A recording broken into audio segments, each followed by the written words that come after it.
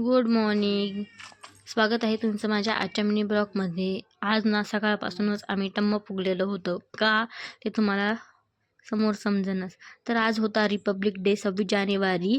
26 जानेवारीला आईच्या हॉस्पिटलमध्ये मस्त कार्यक्रम असते, झेंडा वगैरे असते. त्यासाठी मला जायचं होतं, पण मला यांनी सोबत घेऊन गेलेच नाही. आई आणि आकांक्षा मला सोडून गेल्या होत्या. त्यासाठी मी अशी टम्म फुगून बसलेली होती. त्यानंतर म्हणले जाऊ दे तारक मेहताच बघा, म्हणून तारक मेहता बघत बसले.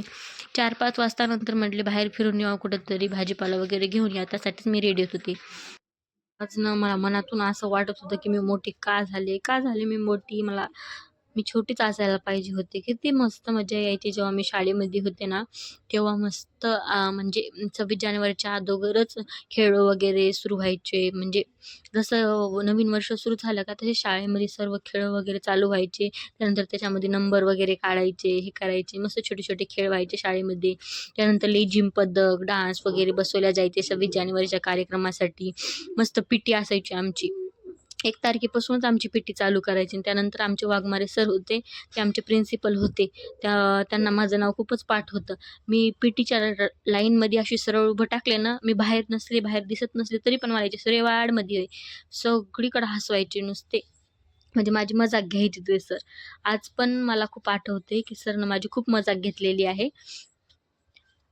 नाव तर काहीच सरांना माझं लक्षात राहत नव्हतं, पण सुरेवाड म्हणून खूपच मजाक घेतली माझी. मला आज वाटत होतं की मी छोटी असायला पाहिजे होते, शाळेत जाताना असायला पाहिजे होते. किती मजा येत होती शाळेमध्ये. मस्त झेंडावंदनला रेडी होऊन जायचं सकाळी. ते गजरे-बिजरे, फुलं-बिलं, हातावर मेहंदी काढायची, त्यानंतर बांगड्या घालायच्या, शाळेचा युनिफॉर्म स्वच्छ करून घालायचा. एक दिवस आधीच रात्री ते युनिफॉर्मला बघत झोपायचं की बरोबर तर आहे ना, टाय, बेल्ट सगळं एक जागी ठेवायचा आणून.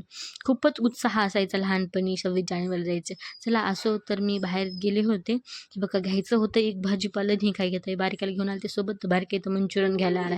नंतर दूध वगैरे घेतलं, भाजीपाला घेतला, घरी आले. आजसाठी एवढं